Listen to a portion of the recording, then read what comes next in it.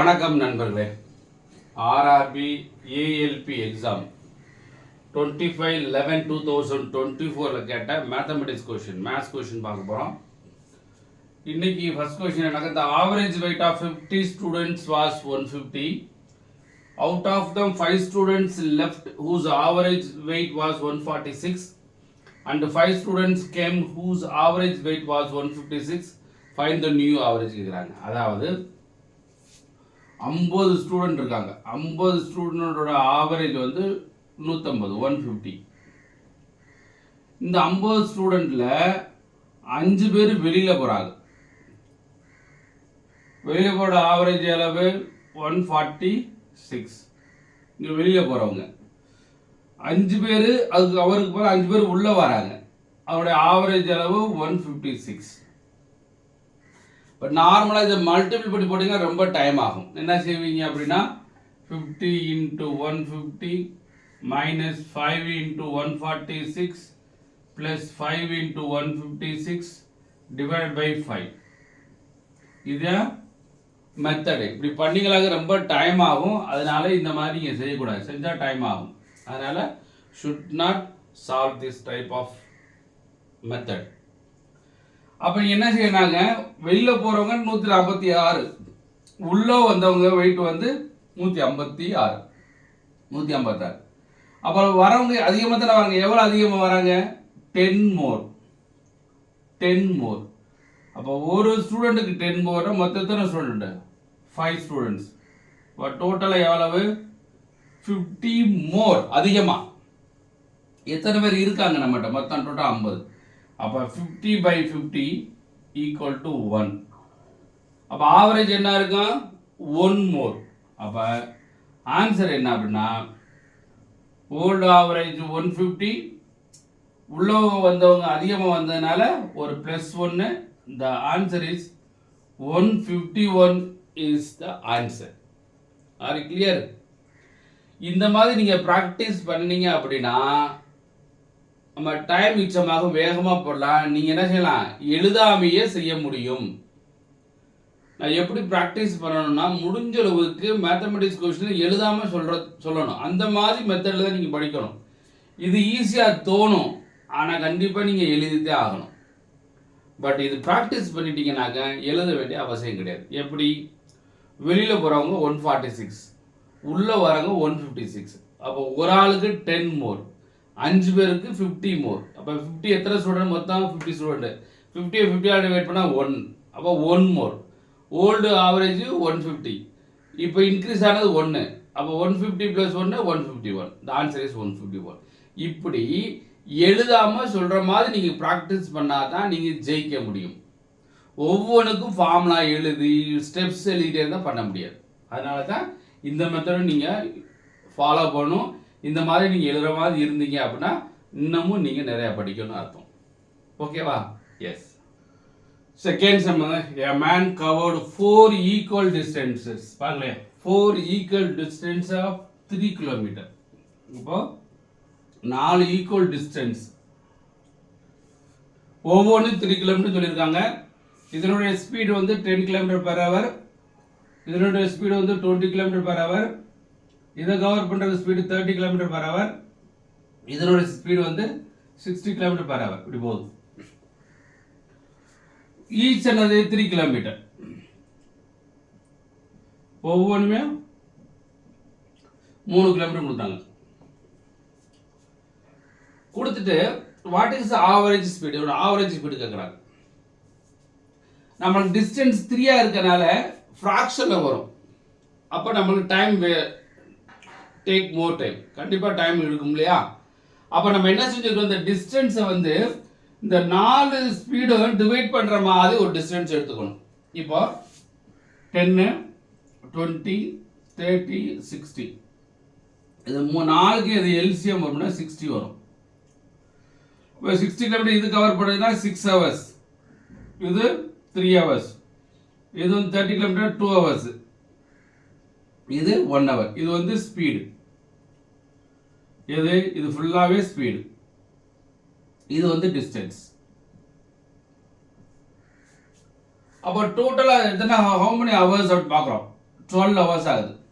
அப்போ ஸ்பீடு அப்படின்னா distance by time தானே ஸ்பீடு. அப்போ டிஸ்டன்ஸ் என்னது 60 கிலோமீட்டர். எத்தனை 60 இருக்கு? 4 60 இருக்கு. அப்போ 4 into 60 தான் டோட்டல் டிஸ்டன்ஸ். டோட்டல் ஹவர்ஸ் என்ன இருக்கு? இது ஃபுல்லா ஹவர்ஸ் தானே. அப்போ டோட்டல் ஹவர்ஸ் அளவு 12 hours. 12 into 5 60. 4 into 5 20. அப்போ ஆவரேஜ் ஸ்பீடு என்ன அப்படின்னா 20 கிலோமீட்டர் பெர் ஹவர்னு அர்த்தம். Average speed 20 kilometre per hour. ஆனால் இங்கே கொடுத்த பூரா 3 கிலோமீட்டர் ஈக்குவல் டிஸ்டன்ஸ் கொடுத்துருக்காங்க. இது நம்மளா எடுத்துருக்கோம். ஏன்னா ஈஸியாக டிவைட் பண்ணுற மாதிரி எடுத்துருக்கோம். இப்படி பண்ணாலும் ஆன்சர் வரும், ஆனால் டைம் ரொம்ப ஆகும். ஏன் ஃப்ராக்ஷனில் வரும் இல்லையா?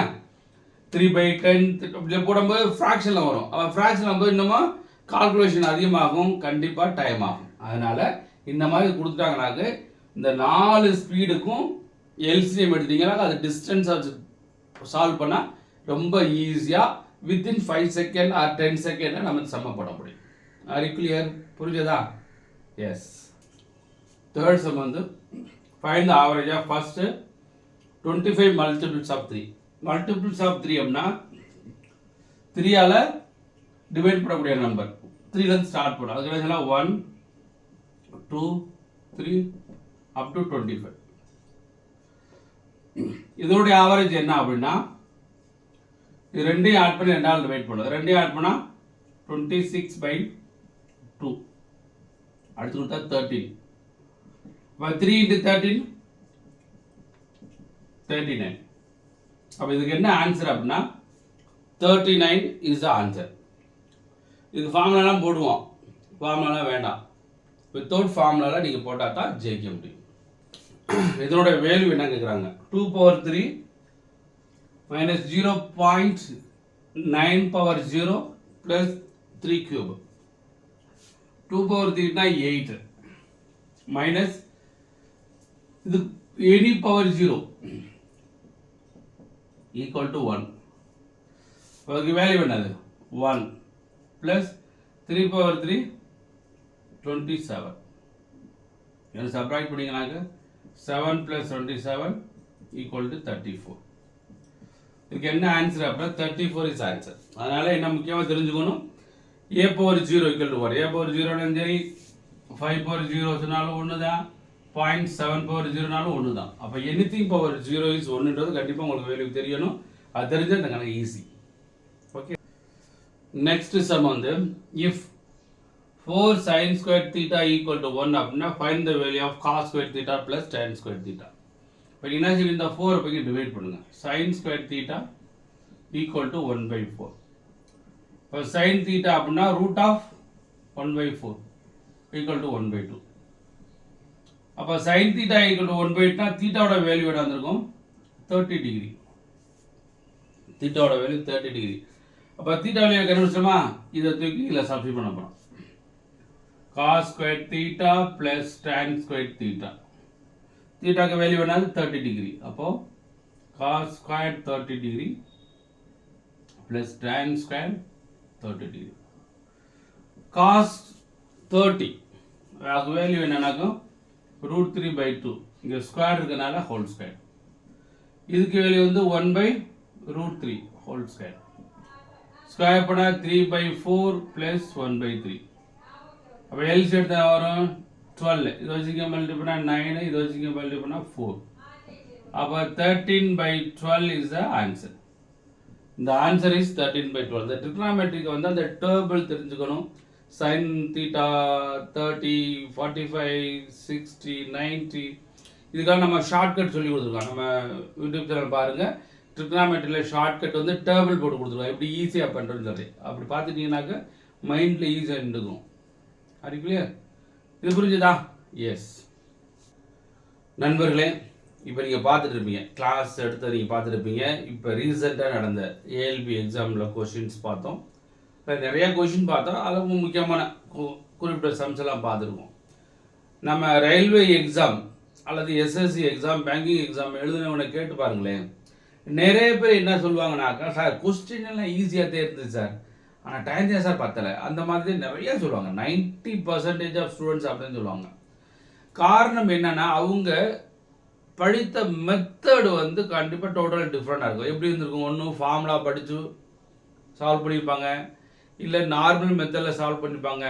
சில பேர் ஷார்ட்கட்டுக்கே ஃபார்முலா சொல்லுவாங்க. சில பேர் ஷார்ட்கட்டுக்கு இந்த ஃபார்முலாப்பா, இதுக்கு இந்த ஃபார்முலா படிச்சு, மைனஸ் வந்தால் இந்த ஃபார்முலா, ப்ளஸ் வந்தால் இந்த ஃபார்முலா, இப்படிலாம் ஷார்ட்கட்டுக்கு நிறைய பேர் ஃபார்முலா சொல்லுவாங்க. அப்படி படித்தா டைம் பத்தாது, அதனால் பாஸ் பண்ணுறது கொஞ்சம் கஷ்டமான காரியம் தான். அப்போ நம்ம என்ன செய்யணும், முடிஞ்ச அளவுக்கு ஃபார்முலா இல்லாமல், அதுக்காக நாங்கள் என்ன செஞ்சுருக்கோம்னா, எங்களோட தாரக மந்திரம் என்னன்னாக்க 99% நோ ஃபார்முலா, 100% ஷார்ட்கட். அப்படி படித்தா தான் நம்ம ஜெயிக்க முடியும். ஒரு கணக்கை பார்த்தோன்னே எதுக்கு எடுத்தாலும் எழுதிக்கிட்டே இருக்கக்கூடாது. கணக்கை பார்த்தோன்னே இதே ஸ்டெப்ஸ் அப்படின்னு சொல்லணும். புரிஞ்சதா? அது மாதிரி அந்த மாதிரி கிளாஸ் எடுத்துக்கிருப்போம். நான் வந்து ரயில்வேயில் வந்து ஸ்டேஷன் மாஸ்டர் ஒர்க் பண்ணி ஒரு 23 இயர்ஸாக ரயில்வேல ஸ்டேஷன் மாஸ்டர் ஒர்க் பண்ணிவிட்டு இப்போ விஆர்எஸ் கொடுத்துட்டு இப்போ எங்கள் இன்ஸ்டியூட் மாதிரி அண்ணா நகரில் இருக்குது. டெய்லி கிளாஸ் நடத்திட்டு இருக்கோம். நிறைய பேர் ஆசைப்படுறீங்க, எனக்கு வேலைக்கு போகணும், நான் ரயில்வேக்கு போகணும், நான் இன்கம் டேக்ஸ் போகணும், பேங்கிங் போகணும், அப்படிலாம் ஆசைப்படுறீங்க. நீங்கள் ஆசைப்பட்ட மாதிரி உங்களுடைய உழைப்பு தான் நிறையா இருக்கப்பட்டது. அதுதான் நம்மளுக்கும் அடுத்த ஸ்டேட் உள்ள மாணவ மாணவர்களுக்கு பெரிய வித்தியாசம் என்னன்னாக்க, ஆசைகள் இருக்குது, எனக்கு எல்லாமே வேலை கிடைக்கணும், நான் குரூப் ஒன்றா போகணும், இல்லை ஆஃபீஸர்ஸ் ரயில்வேயில் போகணும், ஏதாச்சும் எனக்கு கவர்மெண்ட் வேலை கிடைக்கணும், அப்படிலாம் நிறையா பேர்த்துக்கு நிறைய ஆசை இருக்குது. ஆனால் அதுக்கேற்ற உழைக்கிறோமா அப்படின்னா அதையும் கிடையாது. மெயின் அந்த கால்ஃபா பண்ணும்போது, நான் படிக்க போகிறேன், இதை படிக்க போகிறேன், அதை படிக்க போகிறேன்னு சொல்லுவாங்க. கால்ஃபா படி முடிச்சிட்டிங்க அப்படின்னா அப்படியே என்ன செய்றீங்க, டவுன் ஆகிடும். படிக்கிறீங்களாப்பா அப்படின்னா, இல்லை சார் எனக்கு அந்த வேலை இருக்குது, இந்த வேலை இருக்குது, அதெல்லாம் சொல்லவே கூடாது. ஒன்ஸ் நீங்கள் டிசைட் பண்ணிட்டீங்களாக்கும் களத்தில் இறங்கிடணும். யோசிச்சுக்கிட்டே இருந்தீங்கன்னாக்க எக்ஸாம் வந்துடும், அவ்வளோதான். எக்ஸாம் வந்து எழுதி முடித்தோடனே, அப்போ படிச்சிருந்தா நான் பாஸ் பண்ணியிருப்பேன் அப்படி எல்லா பேருக்கும் சொல்லுவாங்க. அதனால் நிறையா பேர், அதிக ஸ்டூடெண்ட் இந்த மாதிரி மென்டாலிட்டியில் இருக்கீங்க. ஆசைகள் இருக்குது, உழைக்க ரெடியாக இருக்கீங்களா அப்படின்னா வெரி ஃபியூ பீப்புள் ஒன்லி உழைக்க ரெடியாக இருக்காது. மீதி பூரா வந்து வேலை கிடைக்கணும், ஆனால் உழைக்கக்கூடாது, வாய்ப்பே கிடையாது. யாராலும் சரி உழைக்காமல் யாராலையும் முன்னேற முடியாது. உழைப்பு உழைப்பு உழைப்பு, அது பெர்ஃபெக்டாக உழைக்கணும். அதனால் நாங்கள் கிளாஸ் எடுத்துருக்கோம். ரயில்வே அண்ட் எஸ்எஸ்சி பேங்கிங் போன்ற சென்ட்ரல் கவர்மெண்ட் எக்ஸாமுக்கு எடுத்துகிட்டு இருக்கோம். மதுரை அண்ணா நகரில் இருக்குது. ஹாஸ்டல், வெளியூர் நண்பர்கள் ஹாஸ்டல் நாங்கள் வச்சுருக்கோம். லேடிஸ் ஹாஸ்டல் மாடியில் இருக்குது.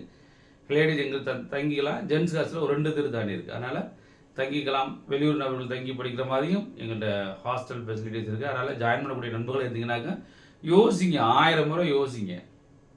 யோசிச்சு முடிச்சு ஓகேன்னு டிசைட் பண்ணிட்டீங்கன்னாக்க இம்மிடியேட்டாக ஜாயின் பண்ணுங்கள். திரும்பி கூட பார்க்கக்கூடாது.